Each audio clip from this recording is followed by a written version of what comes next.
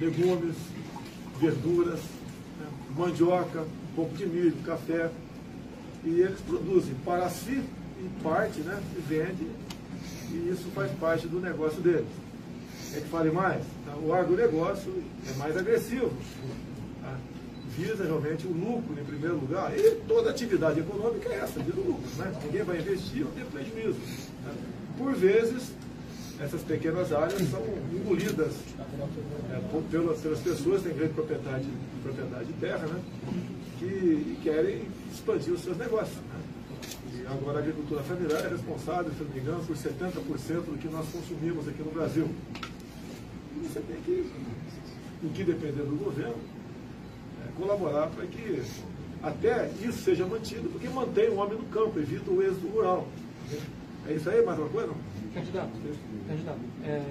os municípios são os que mais arrecadam de impostos, né? Porém, na hora de receber os repasses, eles são os que menos recebem, fica mais com o governo federal e com o governo estadual.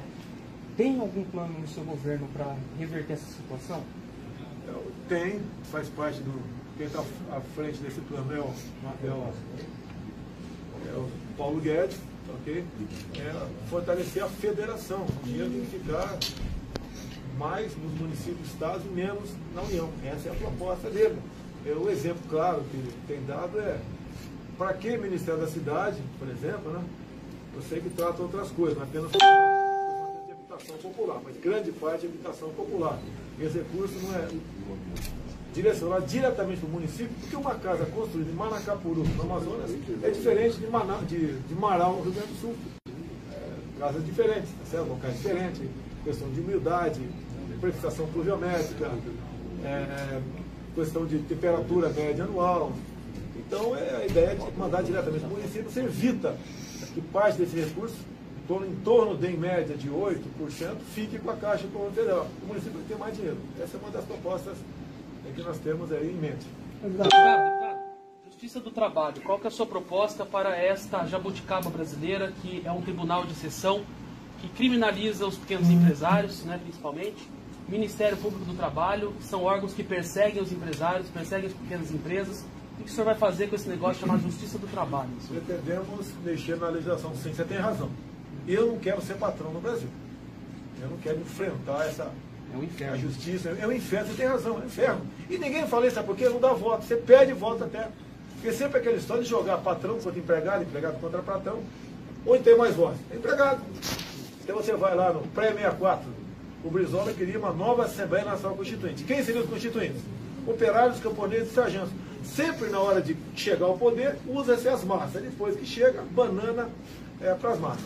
Tem que ter um limite a essas questões. Ninguém quer acabar, tirar o direito de recorrer à justiça. Mas, como na reforma trabalhista que fizemos, eu votei favorável a ela.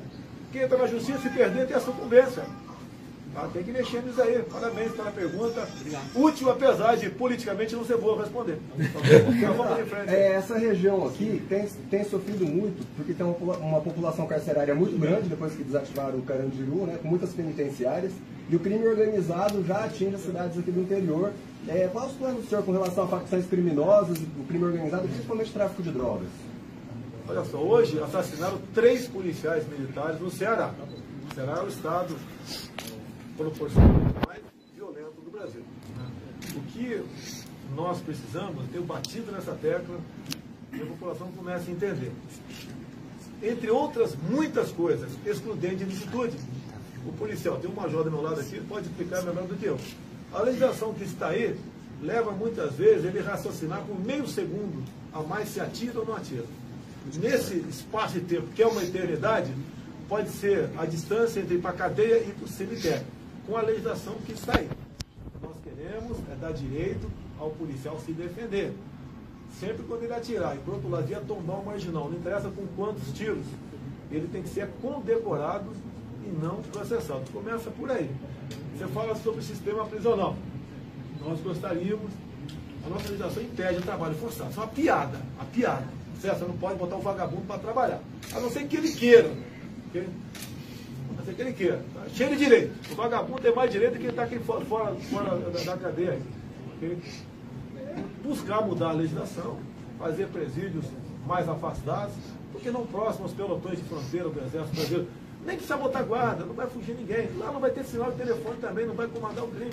E de acordo com a pena que ele venha sofrer, ele pode ir para essas áreas, desafoga para cá. Agora, não temos dinheiro para investir em quase nada no Brasil. Essa é uma grande verdade. Quem falar que vou fazer escola, vou fazer creche, fazer isso, fazer aquilo, está pegando dinheiro emprestado na lua, né? Não sei como é que ele vai conseguir trazer essa grana para cá. Mas, vamos lá, nós temos que livrar a sociedade desses marginais. Se a cadeia é uma antessala do inferno, e tem gente preocupada com isso, o vagabundo se preocupe mais antes de cometer um ato delituoso. A ver que você é meio japa. No Japão tem pena de morte. Então se respeita. Perguntaram outro dia para mim, né? Como é que é a segurança no Japão, né? Tendo em vista a política desarmamentista lá. Lá tem uma política desarmamentista, mas se você fizer uma besteira contra o agente ali, tu vai pro pau. É igual aos Estados Unidos. Se você apontar uma arma para um agente de segurança, né? De acordo com o Estado, você pega 20 anos de cadeia sem ser historinha de progressão. Aqui ficam preocupados, né, com o pobre, coitado, ele não teve oportunidade. Pô, minha mãe teve 7 filhos, pô. A região mais pobre de São Paulo, né? Vaz do Ribeira. E ninguém se caiu no mundo do crime. Agora, tem gente que tem meios, os filhos, um ou outro, vai fazer besteira, como a própria Richthofen. Tem besteira. Tinha dinheiro e fez besteira. Tá ok? Agora, nós temos que ter uma cultura no Brasil, cometer um crime, não interessa se é furto ou latrocínio. Tem que cumprir uma pena. Hoje ninguém vai para trás das grades por mais de 24 horas e comete um furto, que é o dia de custódia e bota o cara para fora. E eu tenho repetido. Qual a diferença de furto para roubo e latrocínio? É a oportunidade, é o momento. É você estar presente, né, como cidadão de bem na cena do crime. É a ação do criminoso se vai te abater mortalmente ou não. Por que prender o cara só quando ele comete um latrocínio e não quando comete um furto? Para encerrar essa parte, quer continuar, eu continuo. Inspirado na legislação americana, lá tem em muitos estados a lei dos 3 crimes, o elemento que comete 3 crimes, que sejam 3 furtos, ele vai para 25 anos de cadeia, sem progressão. Eu tenho um projeto de Brasília, se vai aprovar, não sei, pretendo aprovar um dia. A mesma lei americana, em vez de 25, 10 anos de cadeia. Cometeu 10 furtos, furtou 3 celulares, 10 anos de cadeia sem progressão. O elemento vai deixar de fazer besteira. Porque durante um furto pode acontecer um roubo e pode ser um latrocínio. Essa ação é delituosa. Aproveitando as teses delituosas, lá em Ministério o senhor falou que todos os seus filhos começaram a tirar a partir de 5 anos de idade com munição de verdade. O senhor encoraja isso? Coragem, sim. Sim. Não, coragem, sim. Nós não podemos ter uma geração de covardes, de ovelhas, morrendo nas mãos de bandidos sem reagir. A realidade é muito diferente, né, da teoria que está aí. A própria Marina Silva fez aquela onda toda, uma entrevista nela da revista Marie Claire, desse ano. Ela disse que só não sofreu violência no campo porque tinha uma espingarda. Agora virou pacifista, para agradar um setor da sociedade. A arma de fogo, bomba-lenha até, né? Além de defender a sua vida, defende a liberdade do povo. Olha a Venezuela, 2012. O Lula participou lá, junto com o Chaves, numa política desarmamentista. O que acontece com o povo lá? É abatido quando vai em qualquer movimento. Estão fugindo para o Brasil agora. Mas é porque o senhor falou disso e a gente foi dar uma pesquisada no Estatuto da Criança e do Adolescente, estabelece que é crime vender, fornecer gratuitamente, entregar de qualquer forma a criança ou adolescente a munição ou explosivo. Em 89 eu tinha 5 anos de idade, o ECA é de 90. Mas não, eu defendo que um pai ensine o que é uma arma de fogo para o filho, para que serve. Porque nas comunidades tem moleque de 8 anos de idade usando um fuzil maior do que ele, essa é uma realidade. Tá ok? Então não podemos gerar produzir aqui uma geração de covardes, de submissos. Não podemos partir para esse tipo de política. Sempre se entregue, não reaja. Cada vez mais a bandidagem cresce.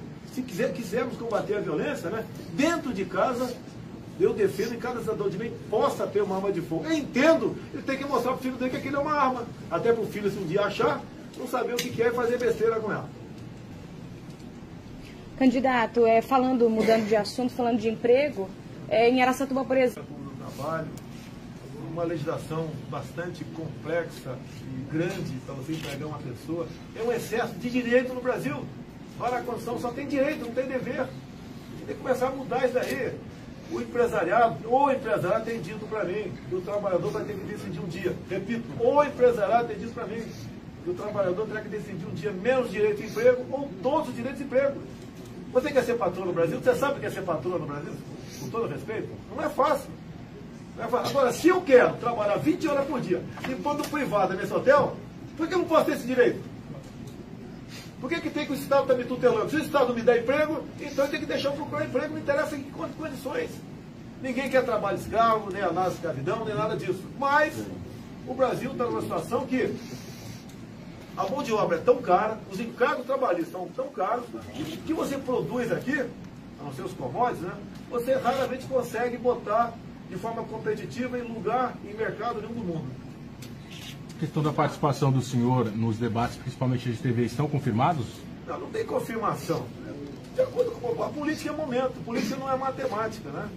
Se eu achar que não devo comparecer, eu não vou comparecer, não tenho compromisso com ninguém. Eu vi uma pesquisa agora, não sei a fonte, né? Caso o Jair Bolsonaro não compareça a um debate, você assistirá, sim ou não? 90% diz que não vai assistir. Então o que acontece? Eu vou querer cota de patrocínio, né? Tem direito ou não? Pô, eu vendo, é verdade, pô. Eu só assisti o Roda Viva comigo, assisti o Globo News comigo, pô. Agora, nos debates, eu estou sem liberdade de dar uma resposta. Igual você perguntou da agricultura familiar, o garoto aqui, o jovem aqui do lado aqui. Eu acho que eu levei 3 minutos para te responder. Uma resposta que eu acho que está de acordo com a minha resposta. Como é que eu vou responder em 45 segundos um trem dessa aí? Não é a minha. Eu jogo futebol de campo e não salão. O debate é futebol de salão, eu quero futebol de campo.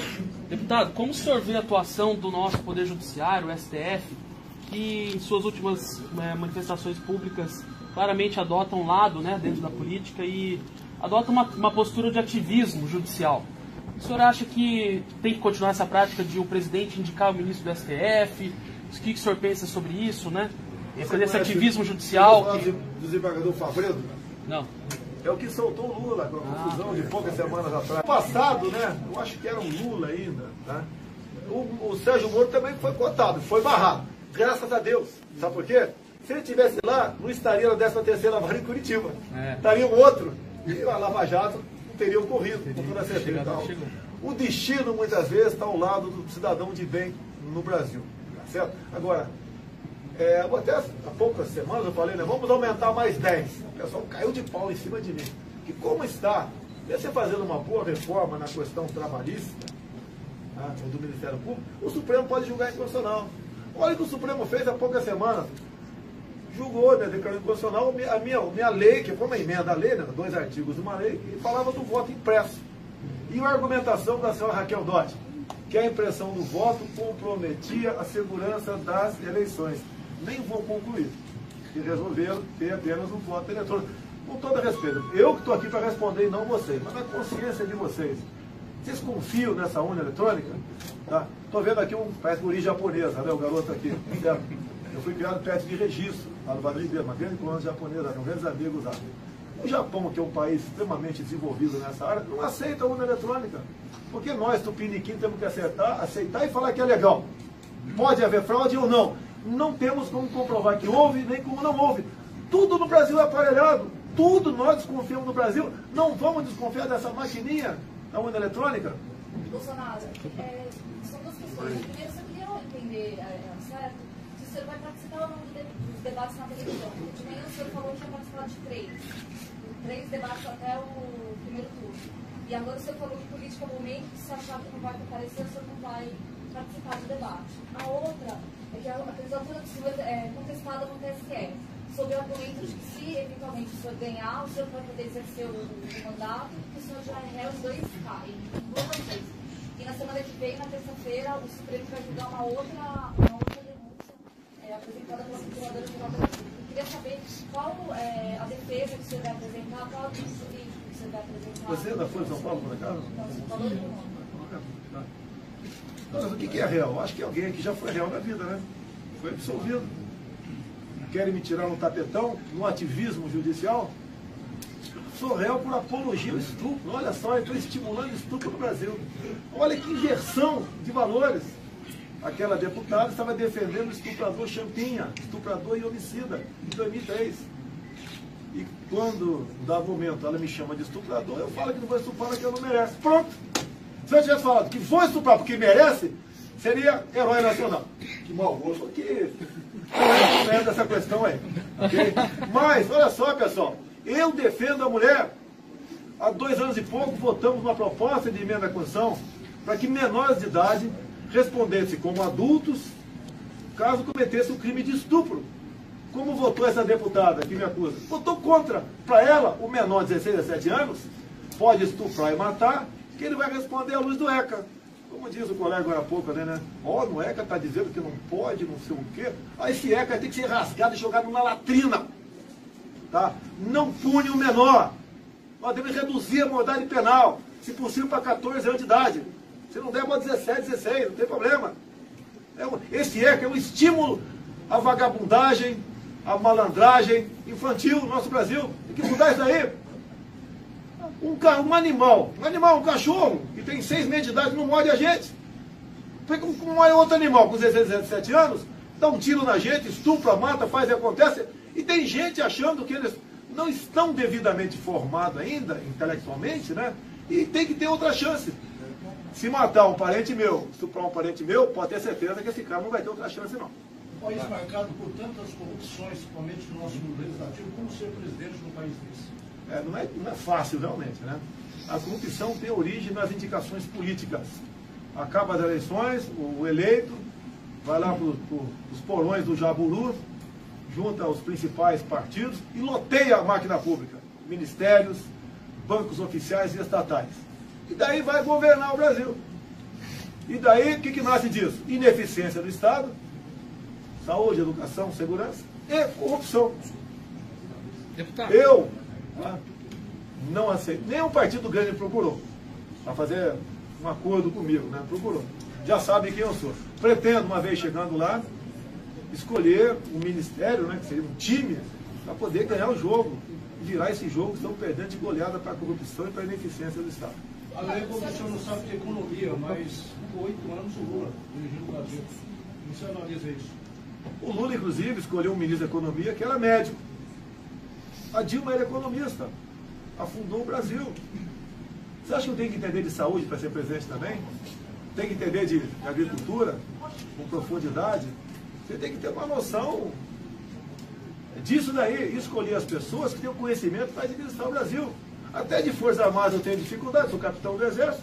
Vocês acham que eu sei de tudo sobre Forças Armadas por ser capitão do Exército? Tenho conhecimento, com toda certeza, muito maior do que de vocês. Mas vou ter, na defesa, um general, um oficial general de 4 estrelas. Vocês sabem que o ministro da Ciência e Tecnologia do Brasil? Acho que pouca gente sabe, né? Se é que sabe. Ele não sabe a diferença de lei da gravidade e gravidez. Como é que pode um elemento desse estar à frente do ministério tão importante como esse, que vai para inovação, para pesquisa? Não pesquisamos nada no Brasil. E pessoal de vergonha fica de palhaçada comigo, né? Bota o Nióbio de vice, o Grafeno de presidente. Pô, o primeiro, que é privada a pesquisa, da Mackenzie, aqui em São Paulo, diz que nos próximos 10 anos, os inventos que advindo do grafeno movimentarão mais de $1 trilhão.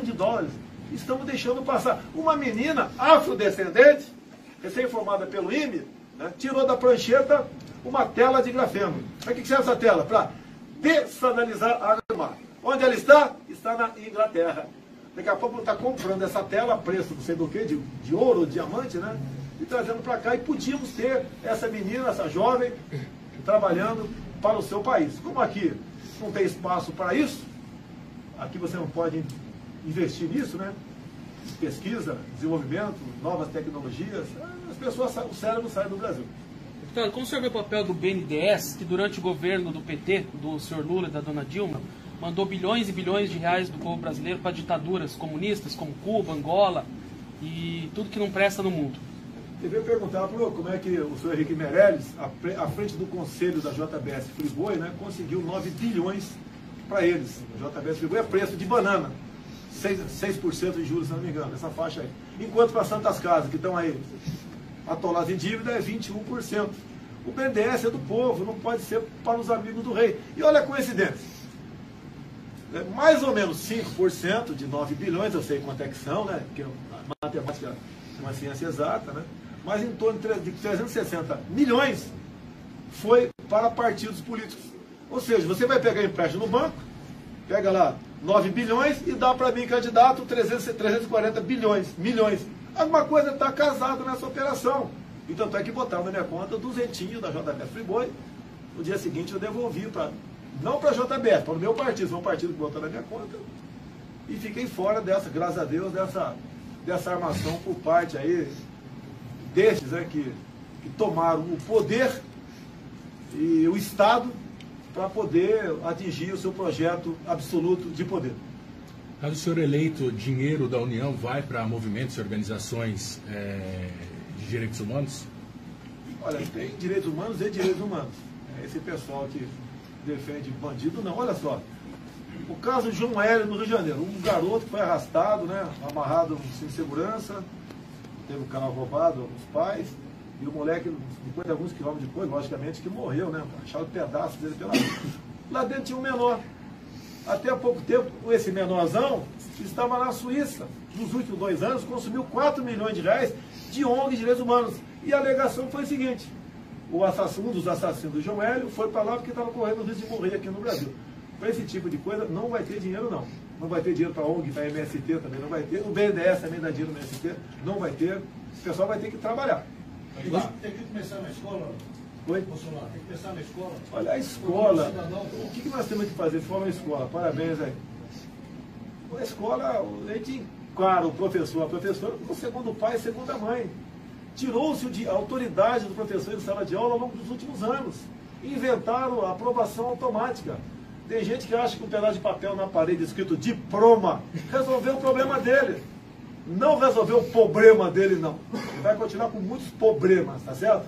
E não é assim que é educar. O objetivo final da educação é formar na ponta da linha um bom empregado, um bom patrão, um bom liberal. Que vai ser útil para si e para o seu país. Formar um cidadão. Tem que, sim, voltar a ter educação moral e cívica.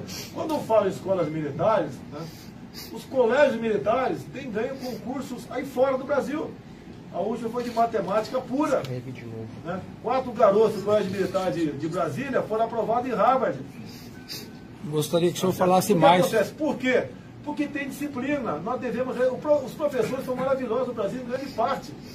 E nós devemos dar poderes para exercer a autoridade de sala de aula. Vai o professor tomar um telefone celular de um garoto durante a aula? Vai ter problema. Isso tem que deixar de existir. Mexer no currículo escolar também. Nós devemos, de preferência, no ensino médio, dar uma formação técnica para essa garotada. Verdade. Vou falar de combustível rapidinho. Não sei nas outras regiões, mas aqui na região de Araçatuba, o preço do etanol sempre oscilou muito, apesar da gasolina seguir estabilizado por algum tempo. O senhor pretende criar algum tipo de política que controle o preço do etanol, como existe da gasolina? Olha só, no que depender de mim, o produtor aqui de etanol vai poder vender combustível na porta da fazenda dele. Não fala em liberalismo? Por que só liberar os outros do nosso lado de cá? Muitas vezes um caminhão, tanque, viaja 200 quilômetros, troca a nota e volta para vender aqui mesmo. Porque tem aquele monopólio que tem que passar pelas distribuidoras. Vamos burocratizar isso aí. Para preço do combustível. Vou falar do Rio de Janeiro, que não é diferente dos demais estados. Cada litro de gasolina você paga R$ 1,60 de ICMS. O governo federal não vai ter como mexer nisso. Tem que sabatinar os governadores, ver o que eles podem fazer. A carga tributária ultrapassou o limite da razoabilidade. Todos os limites. Até um tal de Laffer falou isso muito tempo atrás. Né? Sobre a escola militar ainda... O papel da Amazônia no desenvolvimento do Brasil, o papel da Amazônia, qual que é? Olha só, a Amazônia pode ser solução para o mundo e está sendo problemas para nós. No programa meu da Globo News, o momento mais importante foi quando eu perguntei para a senhora Miriam Leitão se ela sabia do AAA. Ela balançou a cabeça afirmativamente. Logicamente, depois eu descobri sobre o assunto. Nós temos o que o mundo todo não tem mais. Riquezas minerais e biodiversidade. Poucos países têm em menor quantidade que nós temos aqui. O que é o AAA? Andes, Amazônia, Atlântico. Um grande corredor ecológico. A largura varia de 50 a 150 quilômetros. 136 milhões de hectares. E esses estudos que tem fora, como da França, falar sobre o clima, que aqui no Brasil todo mundo, clima, meio ambiente, né? Não é certo? Estamos para perder essa área porque ela será vital para a sobrevivência da humanidade. Deixaremos de ter autonomia sobre essa faixa enorme do nosso região amazônica. E aquele espaço, como fecha toda por cima da calha dos Solimões e do Amazonas, nós vamos perder pela manobra Roraima e parte da Amazônia. Vamos perder toda a Amazônia por causa desse ativismo ambiental que o pessoal não sabe o que é e bate palmas. O mundo nenhum tem piedade de nós. Ninguém está preocupado conosco. Não existe amizade entre nações. E essas nações estão fazendo a coisa certa, nos isolando.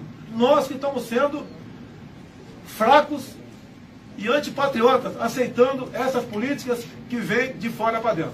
Candidato, o senhor mencionou já que o ensino à distância poderia ser uma possibilidade para a educação. Queria que você falasse mais sobre isso. Você vê, tem locais distantes que uma criança tem que andar 20, 30 quilômetros, já chega cansado na sala de aula. E muitas vezes nem vai estudar. Então, ensino à distância, eu acho que seria uma boa ideia nessas regiões longínquas do Brasil. Agora, tem muito... Você pode falar da escola em casa aí? A educação domiciliar, o homeschooling também é uma saída para isso. A maior demanda vem por parte que tem filhos especiais. A escola não tem condição de colocar 2 professores dentro de cada sala de aula. Então, por obrigação, eles têm que fazer educação domiciliar. Algo que é regularizado no mundo inteiro, mas é criminalizado no Brasil. Por vezes são processados até por abandono intelectual. O processo agora está na mão do ministro Barroso, no STF, mas a competência é do Congresso Nacional e a gente tem um projeto de lei a favor do homeschooling, que ao lado do EAD poderia sim melhorar a educação no Brasil. Mas aí, o EAD não poderia ser em centros urbanos, aí também poderia ser aplicado em centros urbanos? Os detalhes a gente pode discutir durante a tramitação do projeto, mas de qualquer forma o EAD é a evolução da tecnologia, não tem como frear. Candidato, só para entender melhor a questão da escola militar. É uma escola em cada capital e o modelo é Polícia Militar ou Escola do Exército, que as duas são muito boas? Um em cada estado que eu tenho falado é modelo Colégio Militar. Meu sonho aqui é no Campo de Marte, em São Paulo, temos o maior colégio militar do Brasil. Nós temos atualmente 13 colégios militares. E pretendemos ter, nos primeiros 2 anos, um colégio militar em cada capital do estado que não tenha. No mais, as polícias militares, em especial do Amazonas e Goiás, têm feito um bom trabalho nesse sentido. Há pouco mais de 10 anos, começaram a militarizar algumas escolas. E o resultado final é excepcional. Percentualmente, eles têm um maior número de pessoas aprovadas em vestibulares. A ideia é universalizar essa escola? Você não tem efetivo para isso. Ninguém quer botar olho unido em todas as escolas. Inclusive, os pais, estive em Anápolis, numa escola lá, estive em Goiânia, em outra, e estive também em Manaus. Os pais brigam para botar o filho lá. Inclusive, Manaus, na região que eu fui, era a região mais violenta da capital.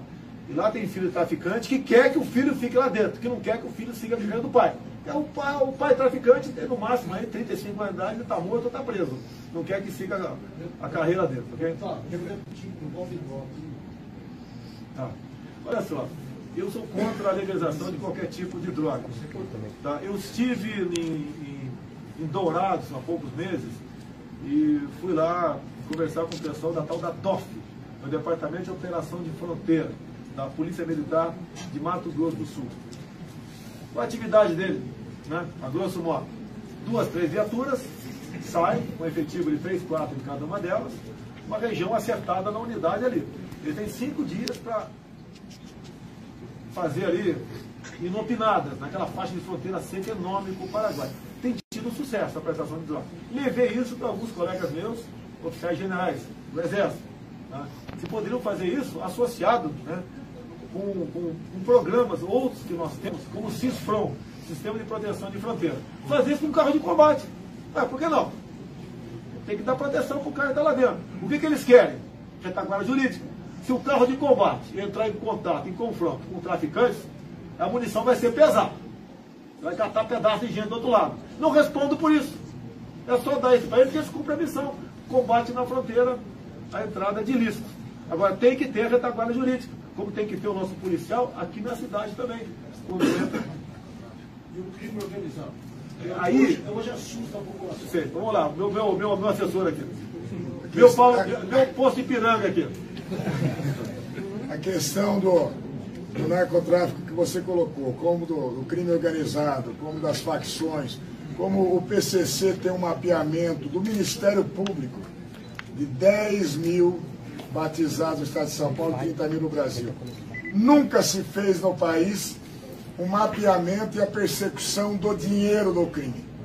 Hoje, esse século, nós vamos disputar cada criança brasileira, cada jovem com o narcotraficante. Os demais crimes, eles são para gerar recurso para o crime principal, que é o narcotráfico. Então, esse mapeamento que tem que ser feito pela polícia, pelo Ministério Público, pela Receita, pelas receitas que nunca foi feito. Já diz a Bíblia, se você não tem cabra, não dá para você vender leite. Tem um monte de gente no Brasil que vende leite e não mostra de onde vem as cabras.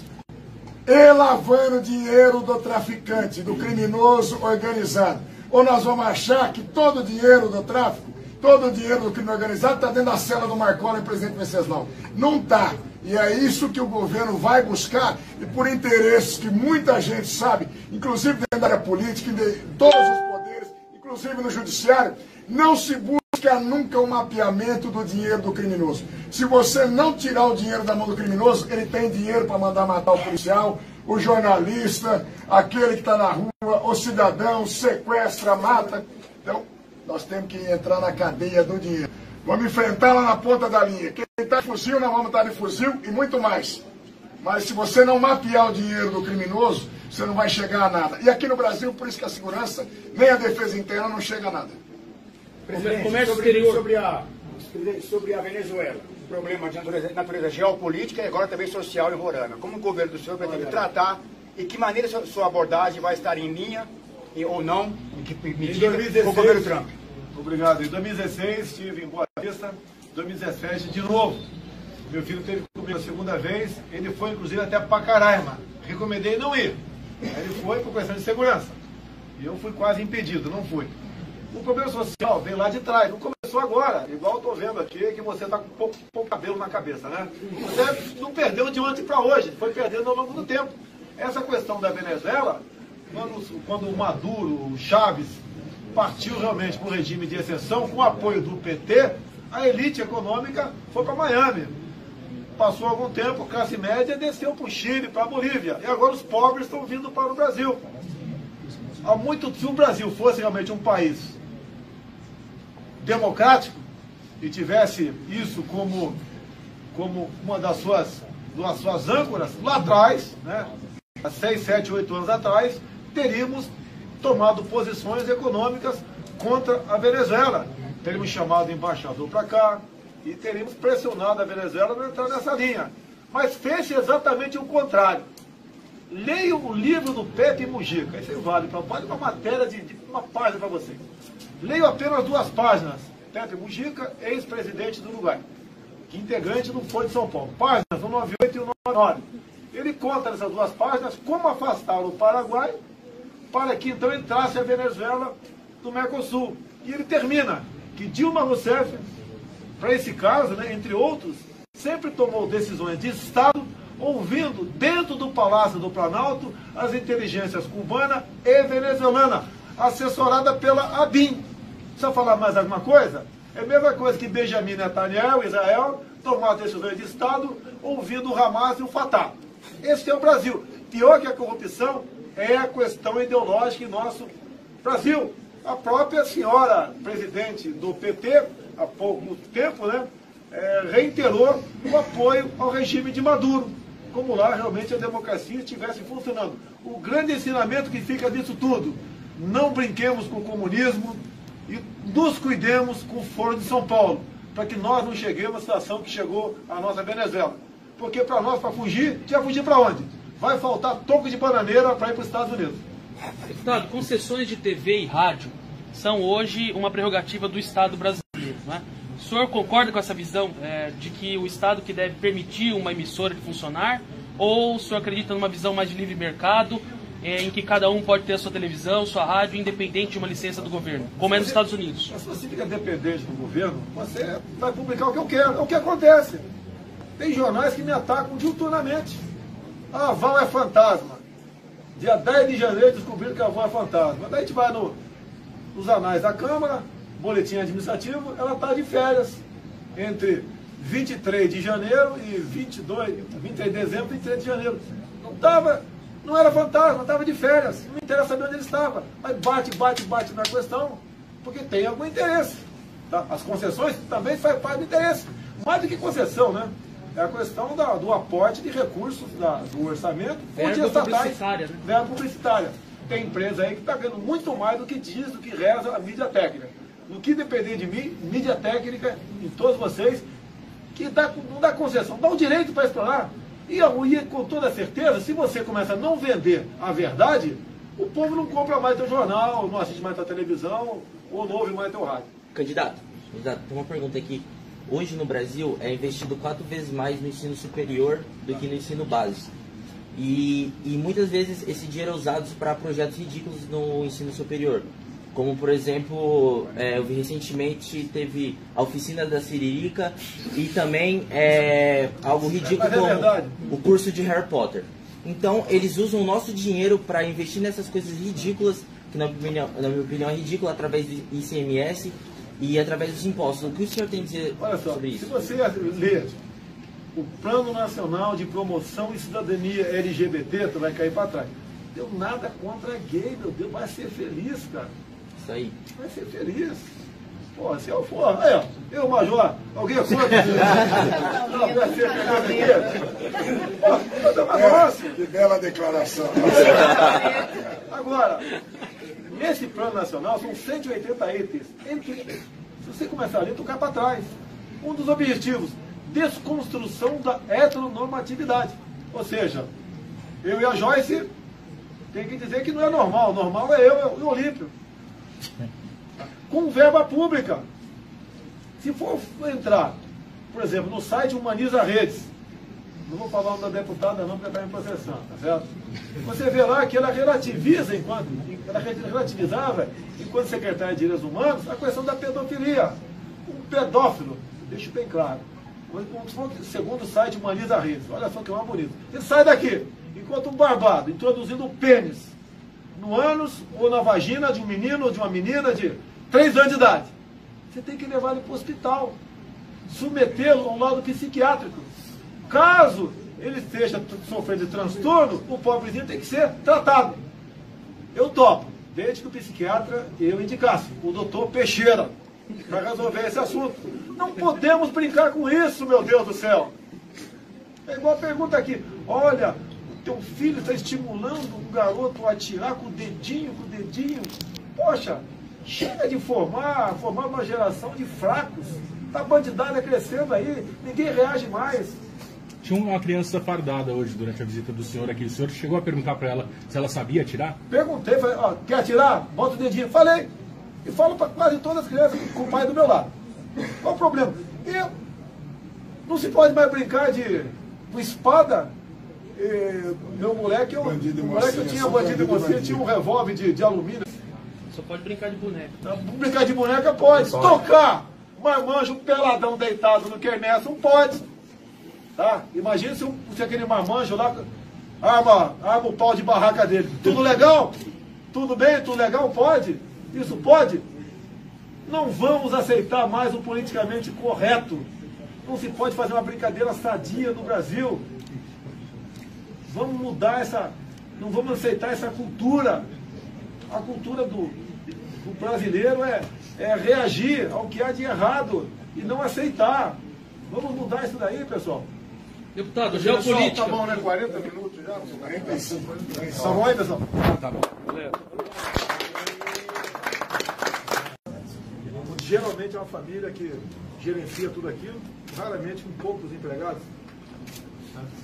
Tem o Pronaf, tem o Pronai, se quiser que eu fale sobre qualquer um deles, leva avante esses projetos. Tem um pessoal que basicamente é fruticultura, legumes, verduras, mandioca, um pouco de milho, café, e eles produzem para si e parte, né, e vende, e isso faz parte do negócio deles. Quer que fale mais? Então, o agronegócio é mais agressivo, tá? Visa realmente o lucro em primeiro lugar, e toda atividade econômica é essa, visa o lucro, né? Ninguém vai investir, não tem prejuízo. Tá? Por vezes, essas pequenas áreas são engolidas pelas pessoas que têm grande propriedade de terra, né, que querem expandir os seus negócios. Né? E agora a agricultura familiar é responsável, se não me engano, por 70% do que nós consumimos aqui no Brasil. E você tem que, no que depender do governo, colaborar para que até isso seja mantido, porque mantém o homem no campo, evita o êxodo rural. É isso aí, mais uma coisa? Candidato, os municípios são os que mais arrecadam de impostos, né? Porém, na hora de receber os repasses, eles são os que menos recebem, fica mais com o governo federal e com o governo estadual. Tem algum plano no seu governo para reverter essa situação? Tem, faz parte do... Quem está à frente desse plano é o Paulo Guedes, ok? Fortalecer a federação. O dinheiro tem que ficar mais nos municípios, estados e menos na União. Essa é a proposta dele. O exemplo claro que tem dado é para que Ministério da Cidade, por exemplo, né? Eu sei que trata outras coisas, não apenas de habitação popular, mas grande parte é habitação popular. E esse recurso não é direcionado diretamente para o município, porque uma casa construída em Manacapuru, no Amazonas, é diferente de Marau, no Rio Grande do Sul. Casas diferentes, certo? Locais diferentes, questão de humildade, precipitação pluviométrica, questão de temperatura média anual. Então, a ideia de mandar diretamente para o município, você evita que parte desse recurso, em torno de, em média, de 8%, fique com a Caixa Federal. O município tem mais dinheiro. Essa é uma das propostas que nós temos aí em mente. Deputado, Justiça do Trabalho, qual que é a sua proposta para esta jabuticaba brasileira, que é um tribunal de exceção, que criminaliza os pequenos empresários, né, principalmente, Ministério Público do Trabalho, que são órgãos que perseguem os empresários, perseguem as pequenas empresas. O que o senhor vai fazer com esse negócio chamado Justiça do Trabalho? Pretendemos mexer na legislação, sim, você tem razão. Eu não quero ser patrão no Brasil. Eu não quero enfrentar essa... É um inferno. A justiça é um inferno, você tem razão, é um inferno. E ninguém fala isso, sabe por quê? Não dá voto, você pede voto até. Porque sempre aquela história de jogar patrão contra empregado, empregado contra patrão, onde tem mais votos? É empregado. Então você vai lá no pré-64, o Brizola queria uma nova Assembleia Nacional Constituinte. Quem seriam os constituintes? Operários, camponeses e sargentos. Sempre na hora de chegar ao poder, usa-se as massas. Depois que chega, banana para as massas. Tem um limite essas questões. Ninguém quer acabar de o direito de recorrer à justiça. Mas, como na reforma trabalhista que fizemos, eu votei favorável a ela. Quem entra na justiça, se perder, tem a sucumbência. Tem que mexer nisso aí. Parabéns pela pergunta. Útil, apesar de politicamente não ser boa responder. Essa região aqui tem sofrido muito, porque tem uma população carcerária muito grande, depois que desativaram o Carandiru, né, com muitas penitenciárias, e o crime organizado já atinge as cidades aqui do interior. Quais os planos do senhor com relação a facções criminosas, o crime organizado, principalmente tráfico de drogas? Olha só, hoje assassinaram 3 policiais militares no Ceará. O Ceará é o estado proporcionalmente mais violento do Brasil. O que nós precisamos, eu tenho batido nessa tecla, e a população começa a entender. Entre outras muitas coisas, excludente de ilicitude. O policial, tem um major do meu lado aqui, pode explicar melhor do que eu. A legislação que está aí leva muitas vezes ele raciocinar por meio segundo a mais se atira ou não atira. Nesse espaço de tempo, que é uma eternidade, pode ser a distância entre ir para a cadeia e para o cemitério, com a legislação que está aí. Nós queremos dar direito ao policial se defender. Sempre quando ele atirar, e por outro lado, ia tombar o marginal, não interessa com quantos tiros, ele tem que ser condecorado e não processado. Começa por aí. Você fala sobre o sistema prisional. Nós gostaríamos, a nossa legislação impede o trabalho forçado. Isso é uma piada, Certo? Você não pode botar um vagabundo para trabalhar. A não ser que ele queira. Okay? A não ser que ele queira. Tá? Cheio de direito. O vagabundo tem mais direito que ele está aqui fora da cadeia. Okay? Buscar mudar a legislação, fazer presídios mais afastados, porque não próximos aos pelotões de fronteira do Exército Brasileiro. Nem precisa botar guarda, não vai fugir ninguém. Lá não vai ter sinal de telefone também, não vai comandar o crime. E de acordo com a pena que ele venha sofrer, ele pode ir para essas áreas, desafoga para cá. Agora, não temos dinheiro para investir em quase nada no Brasil. Essa é uma grande verdade. Quem falar que vou fazer escola, vou fazer creche, fazer isso, fazer aquilo. está pegando dinheiro emprestado na rua, né? Não sei como é que ele vai conseguir trazer essa grana para cá. Mas, vamos lá, nós temos que livrar a sociedade desses marginais. Se a cadeia é uma antessala do inferno, e tem gente preocupada com isso, o vagabundo se preocupe mais antes de cometer um ato delituoso. A ver que você é meio japa. No Japão tem pena de morte. Então se respeita. Perguntaram outro dia para mim, né? Como é que é a segurança no Japão, né? Tendo em vista a política desarmamentista lá. Lá tem uma política desarmamentista, mas se você fizer uma besteira contra o agente ali, tu vai pro pau. É igual aos Estados Unidos. Se você apontar uma arma para um agente de segurança, né? De acordo com o Estado, você pega 20 anos de cadeia sem ser historinha de progressão. Aqui ficam preocupados, né, com o pobre, coitado, ele não teve oportunidade. Pô, minha mãe teve 7 filhos, pô. A região mais pobre de São Paulo, né, Vado Ribeira. E ninguém se caiu no mundo do crime. Agora, tem gente que tem meios, os filhos, um ou outro, vai fazer besteira, como a própria Richthofen. Tem besteira. Tinha dinheiro e fez besteira. Tá ok? Agora, nós temos que ter uma cultura no Brasil, cometer um crime, não interessa se é furto ou latrocínio. Tem que cumprir uma pena. Hoje ninguém vai para trás das grades por mais de 24 horas e comete um furto, que é o dia de custódia, bota o cara para fora. Eu tenho repetido. Qual a diferença de furto para roubo e latrocínio?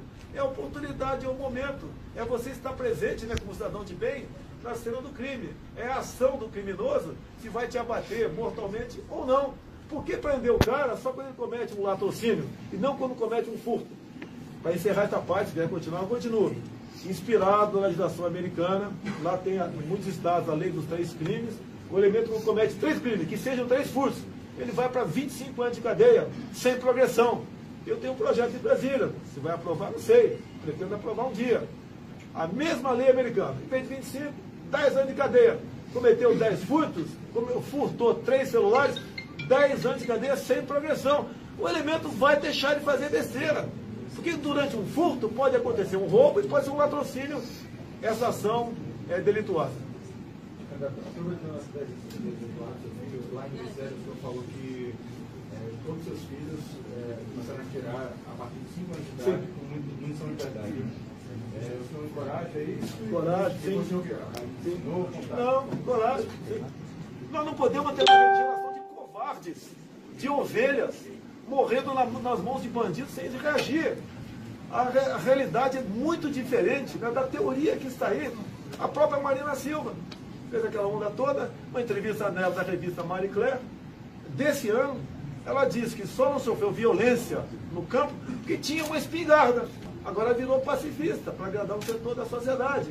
A arma de fogo, rouba a lenha até, né? Além de defender a sua vida, defende a liberdade de um povo. Olha a Venezuela, 2012. O Lula participou lá, junto com o Chaves, de uma política desarmamentista. O que acontece com o povo lá? É abatido quando vai em qualquer movimento. Estão fugindo para o Brasil agora. Mas é porque o senhor falou isso e a gente foi dar uma pesquisada no Estatuto da Criança e do Adolescente, estabelece que é crime em fornecer ainda gratuitamente, entregar de qualquer forma a criança ou adolescente a munição ou explosivo. Em 89 eu tinha 5 anos de idade, o ECA é de 90. Mas não, eu defendo que o pai ensine o que é uma arma de fogo para o filho, para que serve. Que nas comunidades tem moleque de 8 anos de idade usando um fuzil maior do que ele, essa é uma realidade. Tá ok? Então não podemos gerar produzir aqui uma geração de covardes, de submissos. Não podemos partir para esse tipo de política. Sempre se entregue, não reaja. Cada vez mais a bandidagem cresce.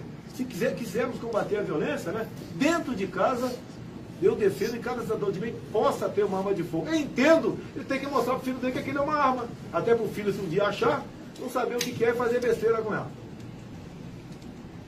Candidato, mudando de assunto, falando de emprego, em Araçatuba, por exemplo.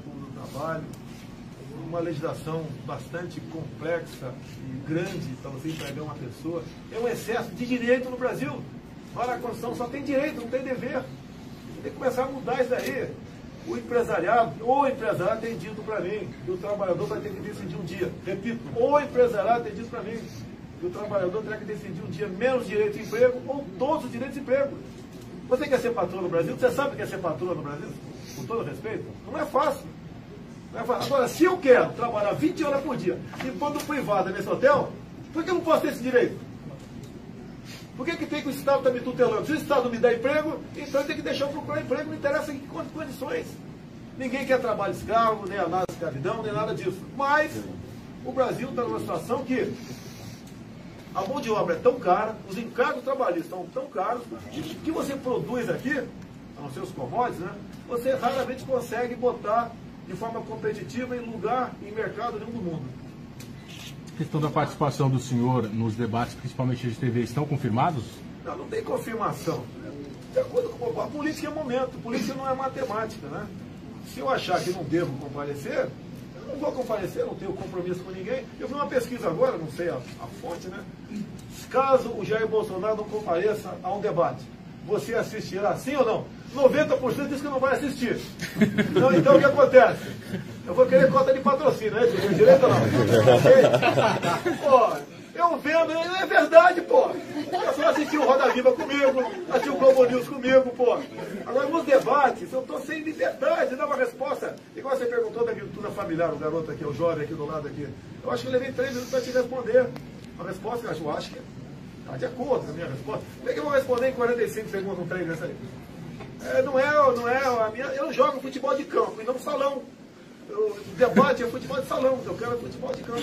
Deputado, como o senhor vê a atuação do nosso Poder Judiciário, o STF, que em suas últimas manifestações públicas realmente adota um lado, né, dentro da política e adota uma postura de ativismo judicial? O senhor acha que tem que continuar essa prática de o presidente indicar o ministro do STF? O que o senhor pensa sobre isso, né?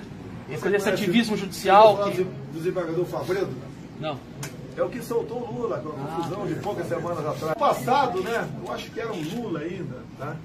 O Sérgio Moro também foi cotado, foi barrado. Graças a Deus. Sabe por quê? Se ele estivesse lá, não estaria na 13ª Vara em Curitiba. Estaria um outro. E a Lava Jato não teria ocorrido, com toda certeza. Então, o destino, muitas vezes, está ao lado do cidadão de bem no Brasil. Tá certo? Agora, até há poucas semanas eu falei, né, vamos aumentar mais 10. O pessoal caiu de pau em cima de mim. Que como está, você fazendo uma boa reforma na questão trabalhista, ou do Ministério Público, o Supremo pode julgar inconstitucional. Olha o que o Supremo fez há poucas semanas.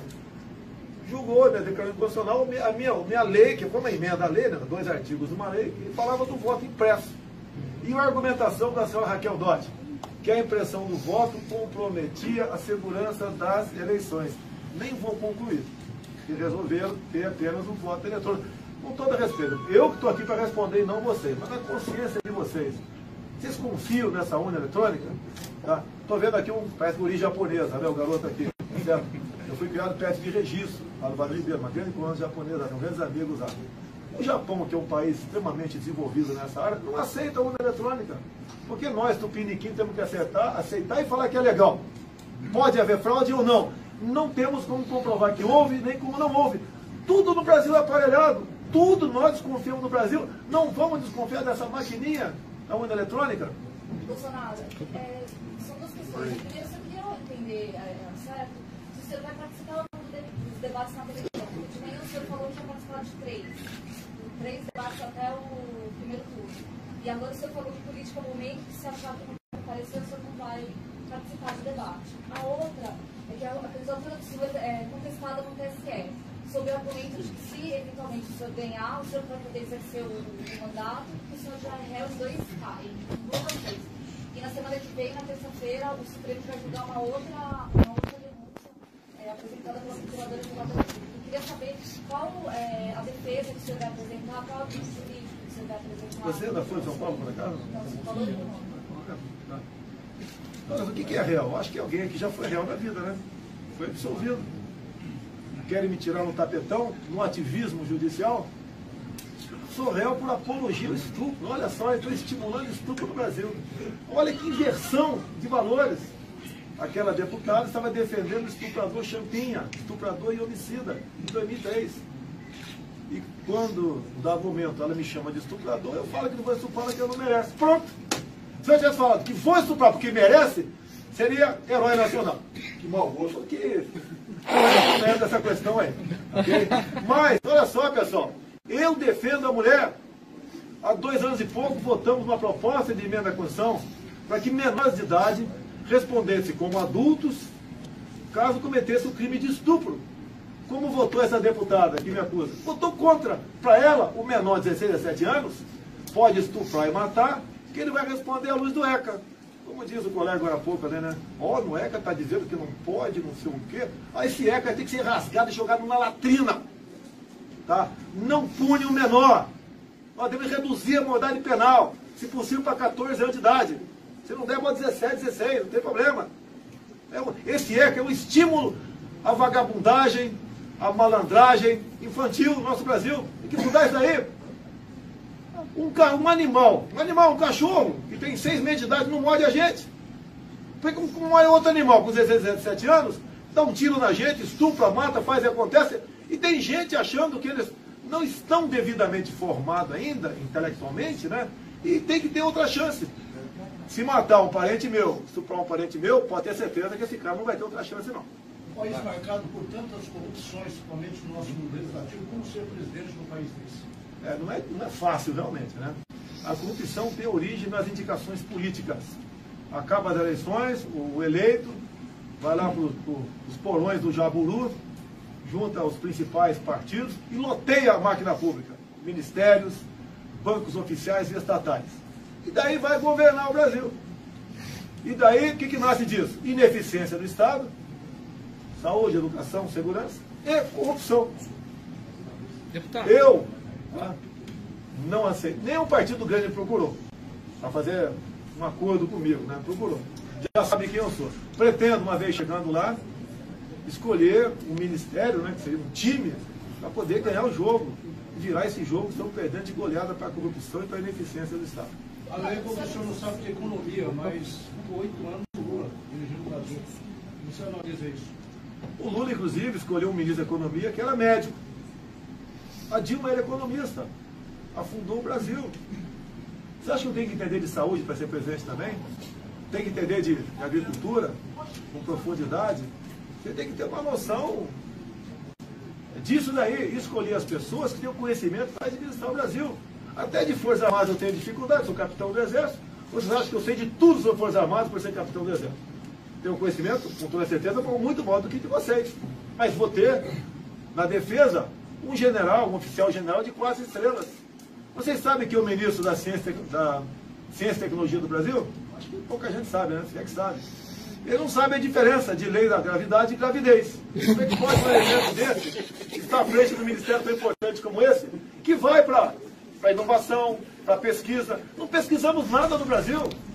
E pessoal de vergonha fica de palhaçada comigo, né? Bota o Nióbio de vice, o Grafeno de presidente. Pô, o primeiro, que é privada pesquisa, a Mackenzie, aqui em São Paulo, diz que nos próximos 10 anos, os inventos que vem vindo do grafeno movimentarão mais de $1 trilhão. Estamos deixando passar. Uma menina afrodescendente, recém-formada pelo IME, né, tirou da prancheta uma tela de grafeno. Para que serve essa tela? Para dessalinizar a água do mar. Onde ela está? Está na Inglaterra. Daqui a pouco está comprando essa tela a preço, não sei do que, de ouro, diamante, né? E trazendo para cá. E podíamos ter essa menina, essa jovem, trabalhando para o seu país. Como aqui não tem espaço para isso, aqui você não pode investir nisso, né?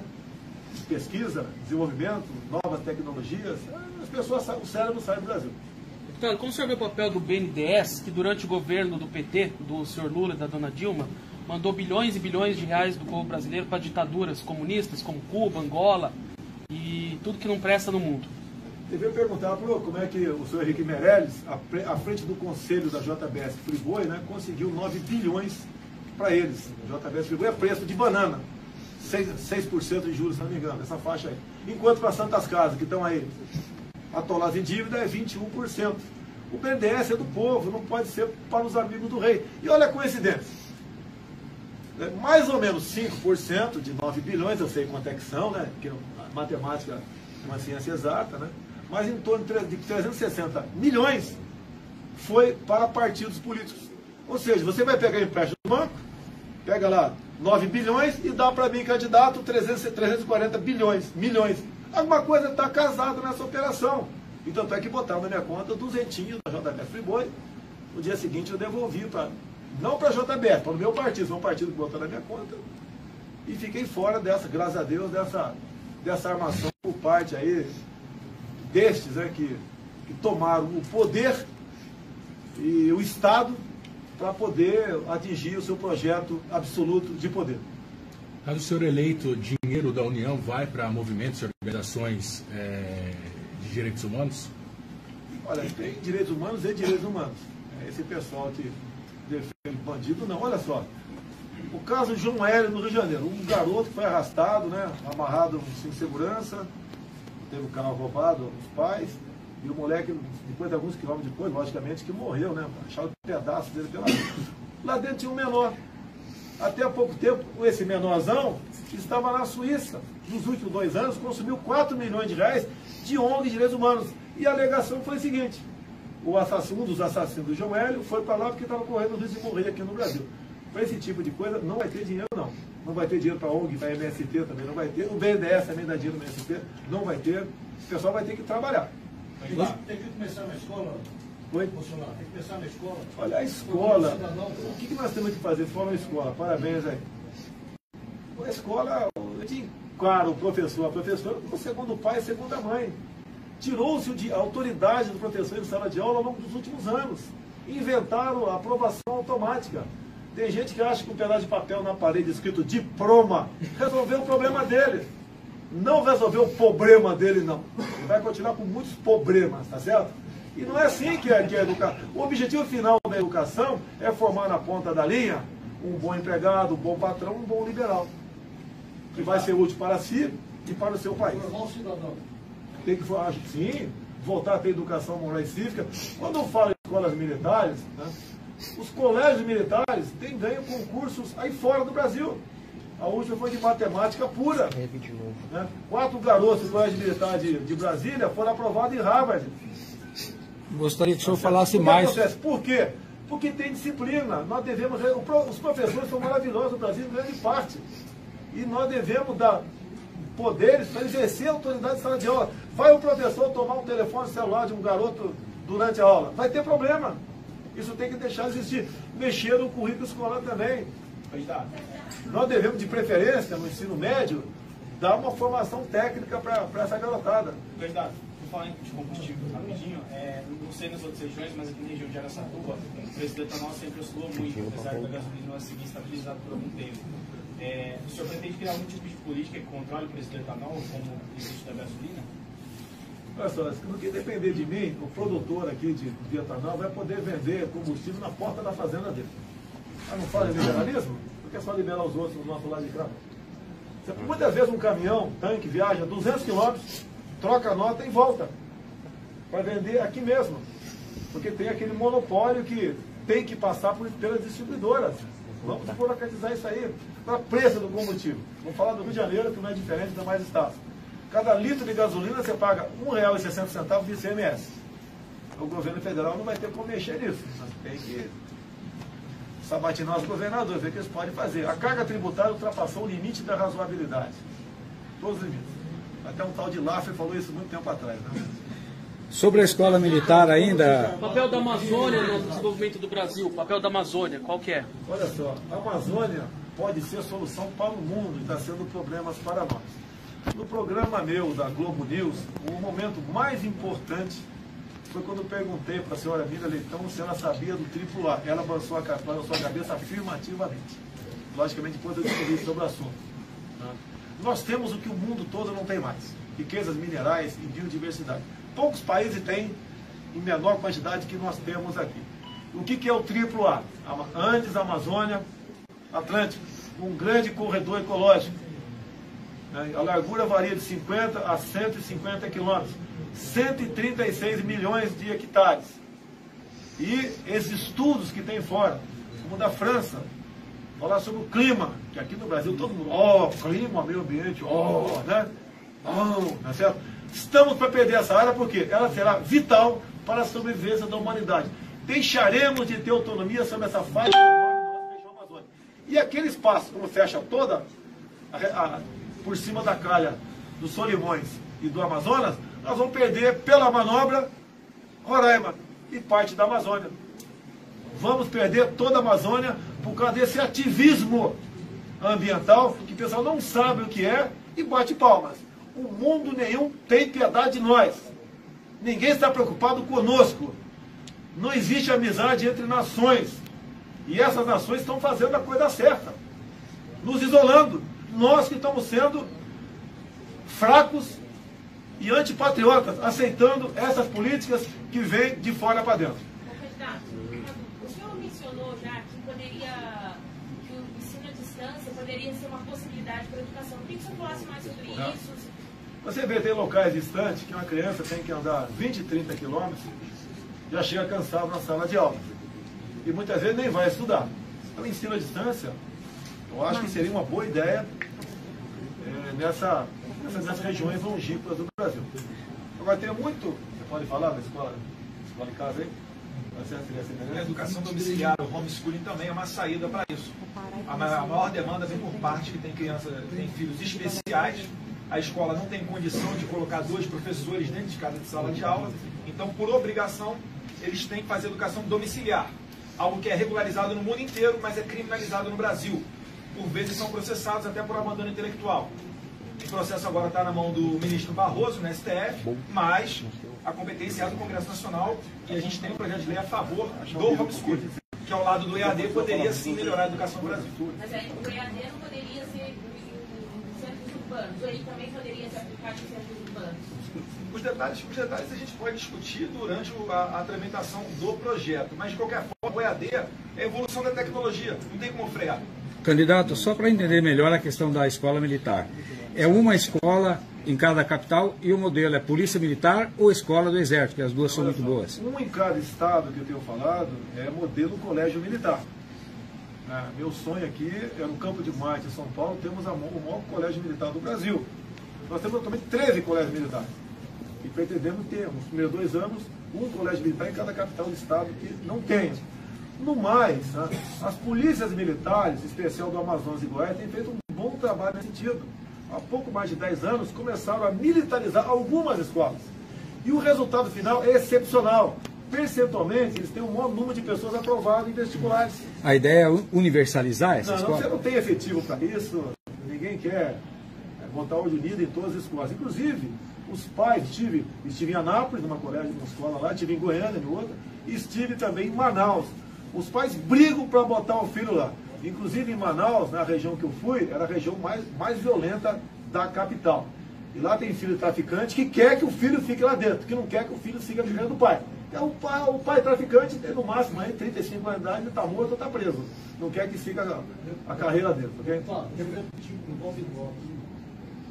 Tá. Olha só, eu sou contra a legalização de qualquer tipo de droga.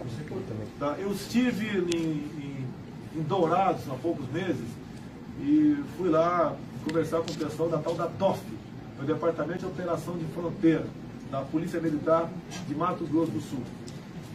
Qual a atividade dele? A grosso modo, 2, 3 viaturas, saem com efetivo de 3, 4 em cada uma delas, uma região acertada na unidade ali. Ele tem 5 dias para fazer ali inopinadas, naquela faixa de fronteira seca enorme com o Paraguai. Tem tido sucesso a prestação de drogas. Levei isso para alguns colegas meus, oficiais generais do Exército. Se poderiam fazer isso associado com programas outros que nós temos, como o CISFRON, Sistema de Proteção de Fronteira. Fazer isso com carro de combate. Por que não? Tem que dar proteção para o cara que está lá dentro. O que eles querem? Retaguarda jurídica. Se o carro de combate entrar em contato, em confronto com traficantes, a munição vai ser pesada. Vai catar pedaços de gente do outro lado. Não respondo por isso. É só dar isso para eles que eles cumprem a missão. Combate na fronteira, a entrada de ilícitos. Agora tem que ter a retaguarda jurídica, como tem que ter o nosso policial aqui na cidade também. E o crime organizado? Aí, hoje assusta a população. Sei, vamos lá, meu assessor aqui. Meu posto Ipiranga aqui. A questão do narcotráfico que você colocou, como do crime organizado, como das facções, como o PCC tem um mapeamento do Ministério Público de 10 mil batizados no estado de São Paulo, 30 mil no Brasil. Nunca se fez no país um mapeamento e a persecução do dinheiro do crime. Hoje, esse século, nós vamos disputar cada criança brasileira, cada jovem com o narcotraficante. Os demais crimes, eles são para gerar recurso para o crime principal, que é o narcotráfico. Então, esse mapeamento que tem que ser feito pela polícia, pelo Ministério Público, pela Receita, pelas receitas que nunca foi feito. Já diz a Bíblia, se você não tem cabra, não dá para você vender leite. Tem um monte de gente no Brasil que vende leite e não mostra de onde vem as cabras. E lavando dinheiro do traficante, do criminoso organizado. Ou nós vamos achar que todo o dinheiro do tráfico, todo o dinheiro do crime organizado está dentro da cela do Marcola e presidente Venceslau. Não está. E é isso que o governo vai buscar, e por interesses que muita gente sabe, inclusive dentro da área política, em todos os poderes, inclusive no judiciário, não se busca nunca um mapeamento do dinheiro do criminoso. Se você não tirar o dinheiro da mão do criminoso, ele tem dinheiro para mandar matar o policial, o jornalista, aquele que está na rua, o cidadão, sequestra, mata. Então, nós temos que entrar na cadeia do dinheiro. Vamos enfrentar lá na ponta da linha. Quem está de fuzil, nós vamos estar de fuzil e muito mais. Mas se você não mapear o dinheiro do criminoso, você não vai chegar a nada. E aqui no Brasil, por isso que a segurança, nem a defesa interna não chega a nada. Presidente, sobre a Venezuela, o problema de natureza geopolítica e agora também social em Roraima. Como o governo do senhor pretende tratar e que maneira sua abordagem vai estar em linha ou não, em que medida com o governo Trump? Obrigado. Em 2016 estive em Boa Vista, em 2017 de novo. Meu filho esteve comigo a segunda vez, ele foi inclusive até Pacaraima. Recomendei não ir. Aí ele foi por questão de segurança. E eu fui quase impedido, não fui. O problema social vem lá de trás, não começou agora, igual eu estou vendo aqui, que você está com pouco cabelo na cabeça, né? Você não perdeu de ontem para hoje, foi perdendo ao longo do tempo. Essa questão da Venezuela, quando o Maduro, o Chaves, partiu realmente para o regime de exceção, com o apoio do PT, a elite econômica foi para Miami.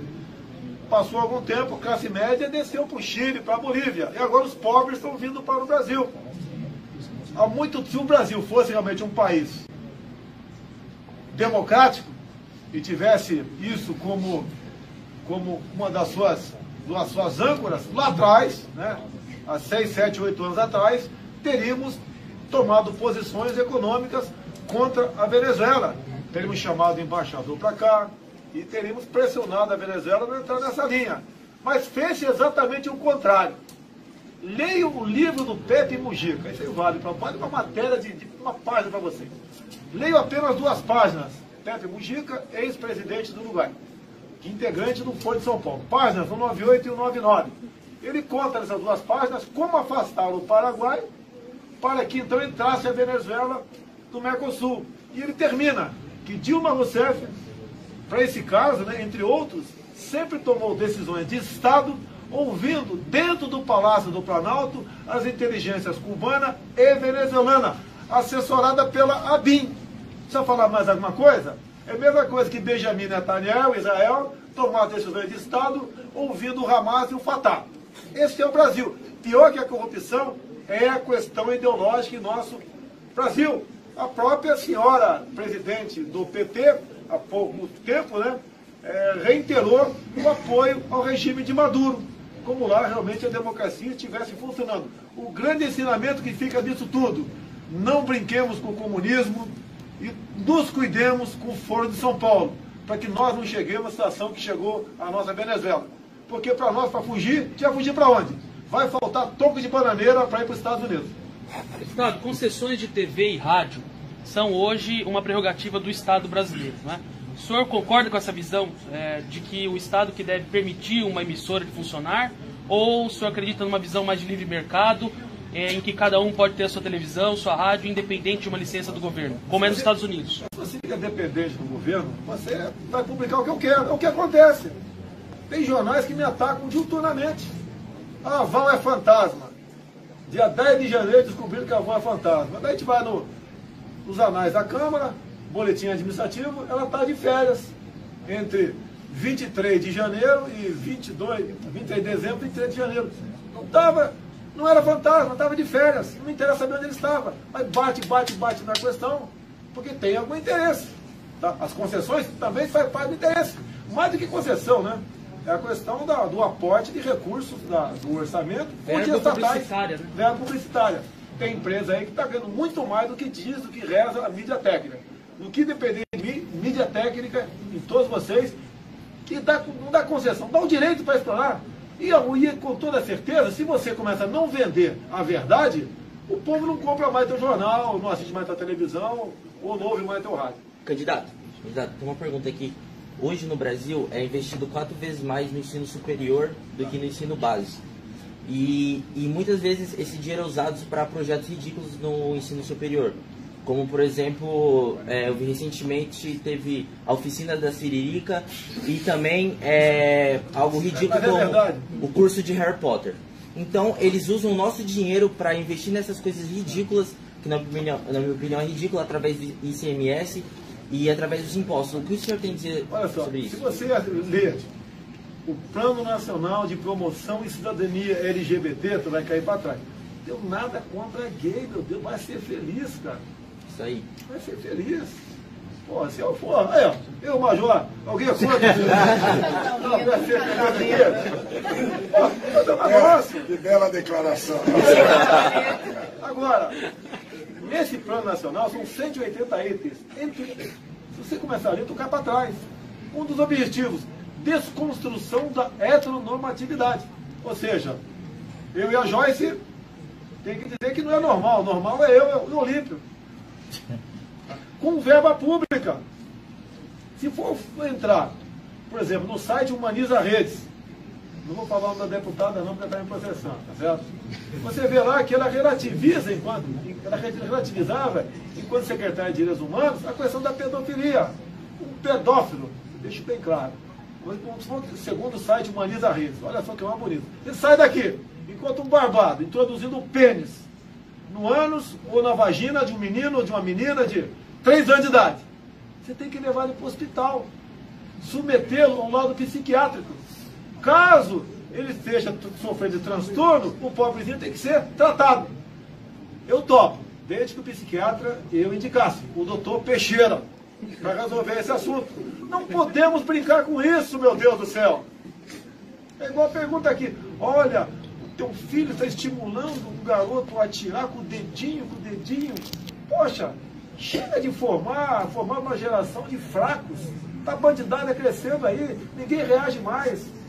Tinha uma criança fardada hoje durante a visita do senhor aqui. O senhor chegou a perguntar para ela se ela sabia atirar? Perguntei, falei, ó, quer atirar? Bota o dedinho. Falei. E falo para quase todas as crianças com o pai do meu lado. Qual o problema?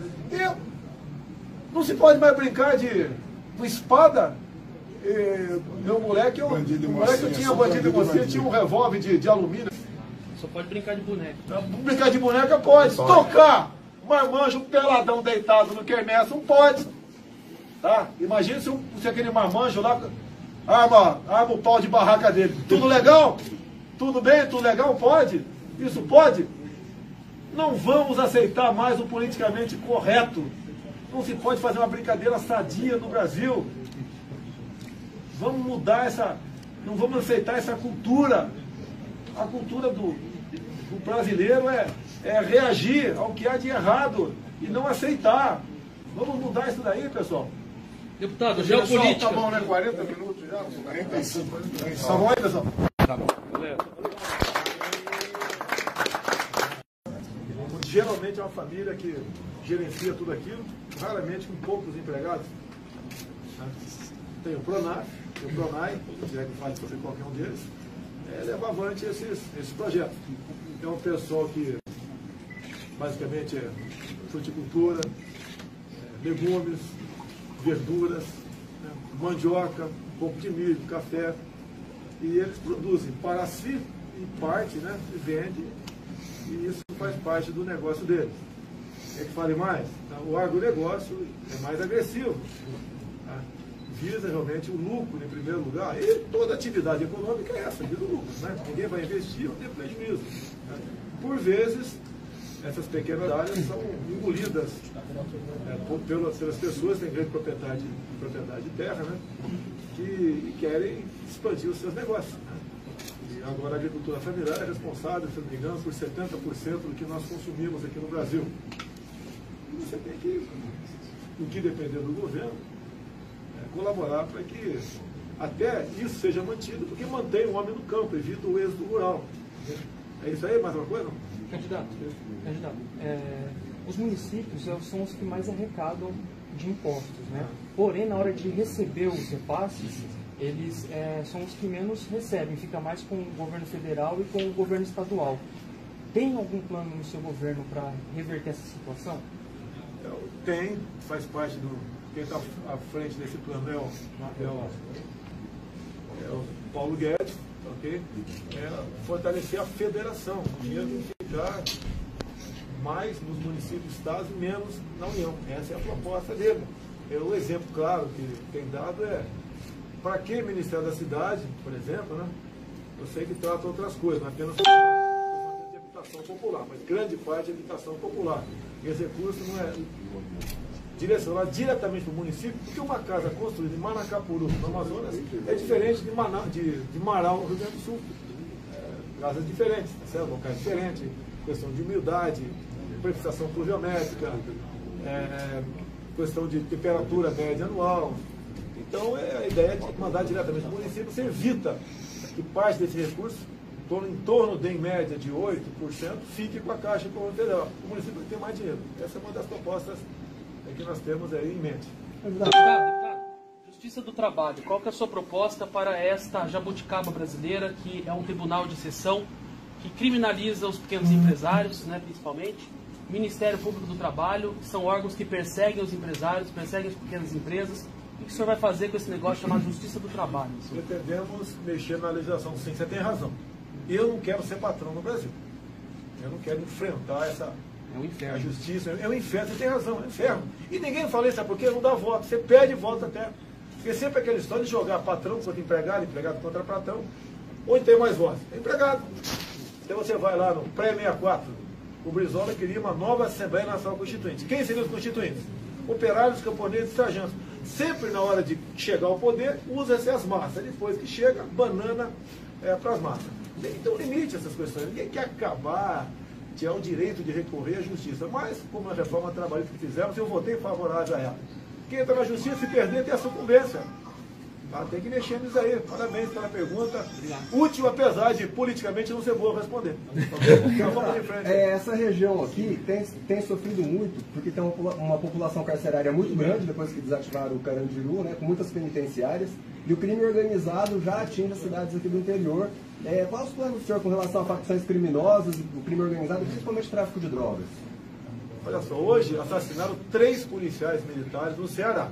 O Ceará é o estado proporcionalmente mais violento do Brasil. O que nós precisamos, tenho batido nessa tecla, e a população começa a entender. Entre outras muitas coisas, excludente de licitude. O policial, tem um major do meu lado aqui, ele pode explicar melhor do que eu. A legislação que está aí leva muitas vezes ele raciocinar por meio segundo a mais se atira ou não atira.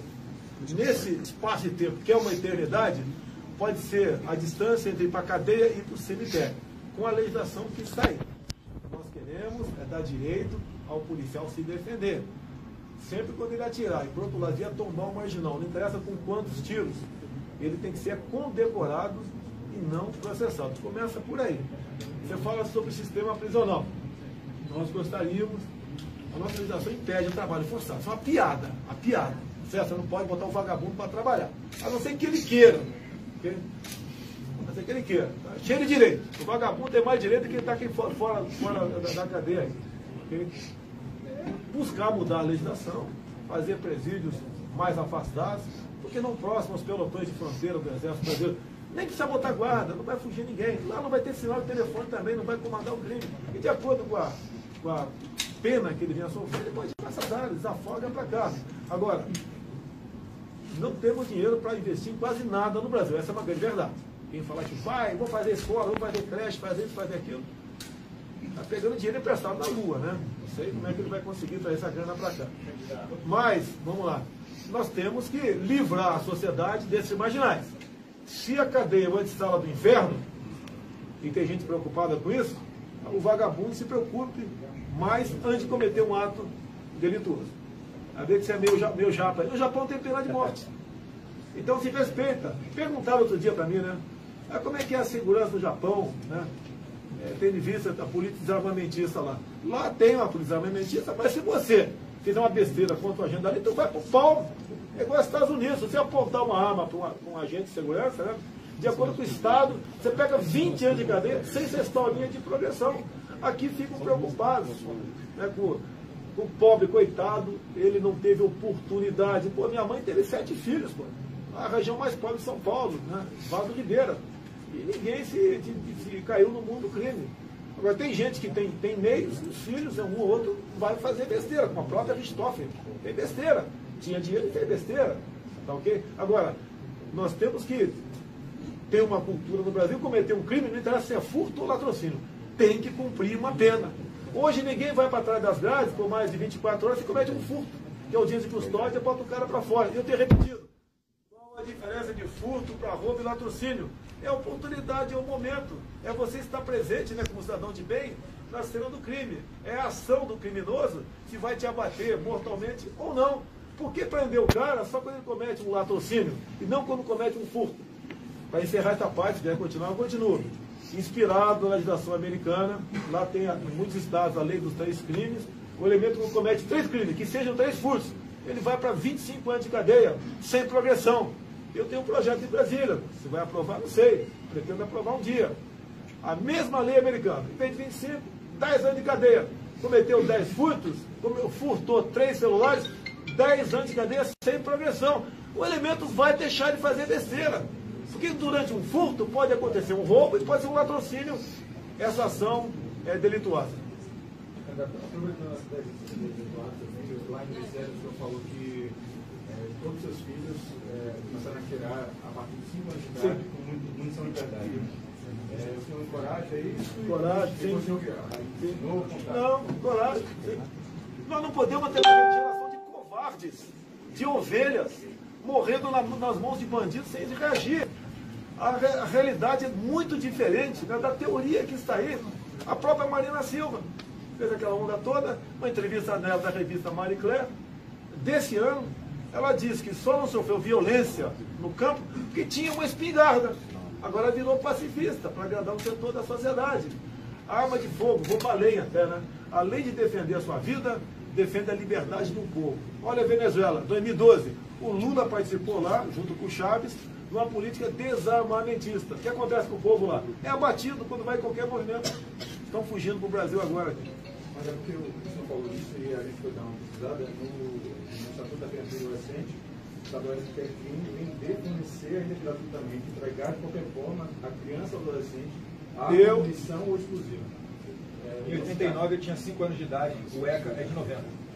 Mas não, eu defendo que um pai ensine o que é uma arma de fogo para o filho, para que serve. Porque nas comunidades tem moleque de 8 anos de idade usando um fuzil maior do que ele, essa é uma realidade. Tá ok? Então não podemos gerar produzir aqui uma geração de covardes, de submissos. Não podemos partir para esse tipo de política. Sempre se entregue, não reaja. Cada vez mais a bandidagem cresce. Se quisermos combater a violência, né, dentro de casa, eu defendo que cada cidadão de bem possa ter uma arma de fogo. Eu entendo, ele tem que mostrar para o filho dele que aquilo é uma arma. Até para o filho, se um dia achar, não saber o que é e fazer besteira com ela. Candidato, mudando de assunto, falando de emprego, em Araçatuba, por exemplo. Trabalho, uma legislação bastante complexa e grande para você enxergar uma pessoa. É um excesso de direito no Brasil. Olha, a Constituição só tem direito, não tem dever. Tem que começar a mudar isso daí. O empresariado tem dito para mim que o trabalhador vai ter que decidir um dia. Repito, o empresariado tem dito para mim que o trabalhador terá que decidir um dia menos direito de emprego ou todos os direitos de emprego. Você quer ser patrão no Brasil? Você sabe o que é ser patrão no Brasil? Com todo respeito? Não é fácil. Não é fácil. Agora, se eu quero trabalhar 20 horas por dia e pôr no privado nesse hotel, por que eu não posso ter esse direito? Por que tem que o Estado está me tutelando? Se o Estado me dá emprego, então ele tem que deixar eu procurar emprego, não interessa em que condições. Ninguém quer trabalho escravo, nem a escravidão, nem nada disso. Mas o Brasil está numa situação que a mão de obra é tão cara, os encargos trabalhistas são tão caros, que você produz aqui, a não ser os commodities, né, você raramente consegue botar de forma competitiva em lugar, em mercado nenhum do mundo. A questão da participação do senhor nos debates, principalmente de TV, estão confirmados? Não, não tem confirmação. De acordo com a política é momento, política não é matemática, né? Se eu achar que não devo comparecer, eu não vou comparecer, não tenho compromisso com ninguém. Eu vi uma pesquisa agora, não sei a fonte, né? Caso o Jair Bolsonaro não compareça a um debate, você assistirá, sim ou não? 90% diz que não vai assistir. Então o que acontece? Eu vou querer cota de patrocínio, né? Tem direito ou não? Pô, eu vendo, é verdade, pô. Eu só assisti o Roda Viva comigo, assisti o Globo News comigo, pô. Agora, nos debates, eu estou sem liberdade, dá uma resposta. Igual você perguntou da agricultura familiar, o garoto aqui, o jovem aqui do lado aqui. Eu acho que eu levei 3 minutos para te responder. A resposta, eu acho que está de acordo com a minha resposta. Como é que eu vou responder em 45 segundos um trem dessa aí? Não é a minha. Eu jogo futebol de campo e não salão. O debate é futebol de salão, eu quero futebol de campo.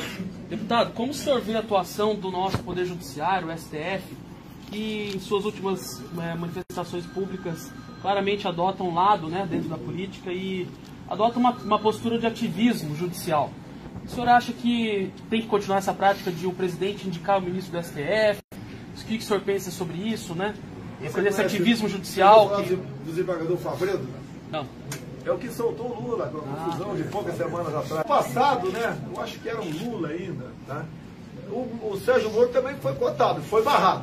Graças a Deus. Sabe por quê? Se ele estivesse lá, não estaria na 13ª Vara em Curitiba. Estaria um outro.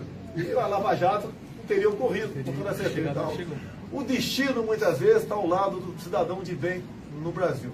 Tá certo? Agora, até há poucas semanas eu falei, né, vamos aumentar mais 10. O pessoal caiu de pau em cima de mim. Que como está, você fazendo uma boa reforma na questão trabalhista, tá, do Ministério Público, o Supremo pode julgar inconstitucional. Olha o que o Supremo fez há poucas semanas. Julgou, né, declarando inconstitucional a minha lei, que foi uma emenda à lei, né, 2 artigos de uma lei, que falava do voto impresso. E a argumentação da senhora Raquel Dodge, que a impressão do voto comprometia a segurança das eleições. Nem vou concluir. E resolveram ter apenas um voto eletrônico. Com todo respeito, eu que estou aqui para responder e não vocês, mas na consciência de vocês. Vocês confiam nessa urna eletrônica? Tá? Estou vendo aqui parece guri japonesa, né, o garoto aqui. Certo? Eu fui criado perto de Registro, lá no Vale do Ribeiro, uma grande colônia japonesa, com grandes amigos lá. O Japão, que é um país extremamente desenvolvido nessa área, não aceita a urna eletrônica. Porque nós, tupiniquim, temos que aceitar e falar que é legal. Pode haver fraude ou não. Não temos como comprovar que houve, nem como não houve. Tudo no Brasil é aparelhado. Tudo nós desconfiamos no Brasil. Não vamos desconfiar dessa maquininha da urna eletrônica? Bolsonaro, são 2 questões. Primeiro, eu só queria entender, certo, se o senhor vai participar ou não dos debates na televisão. De manhã o senhor falou que ia participar de 3 debates até o primeiro turno. E agora o senhor falou que política é o momento que se achar que não vai comparecer, o senhor não vai participar do debate. A outra é que a candidatura do senhor é contestada no TSE, sobre o argumento de que se eventualmente o senhor ganhar, o senhor vai poder exercer o mandato, que o senhor já é réu em 2 vezes. E na semana que vem, na terça-feira, o Supremo vai julgar uma outra denúncia apresentada pela Procuradora-Geral da República. Eu queria saber qual a defesa que o senhor vai apresentar, qual a defesa jurídica que o senhor vai apresentar. Você ainda foi em São Paulo, por acaso? Não, São Paulo não. Mas o que é real? Acho que alguém aqui já foi real na vida, né? Foi absolvido. Querem me tirar no tapetão, no ativismo judicial? Sou réu por apologia ao estupro. Olha só, eu estou estimulando estupro no Brasil. Olha que inversão de valores. Aquela deputada estava defendendo o estuprador Champinha, estuprador e homicida, em 2003. E quando, dado momento, ela me chama de estuprador, eu falo que foi estuprador porque não merece. Pronto. Se eu tivesse falado que foi estuprar porque merece, seria herói nacional. Que mau gosto. Que não é dessa questão aí. Okay? Mas, olha só, pessoal. Eu defendo a mulher. Há 2 anos e pouco, votamos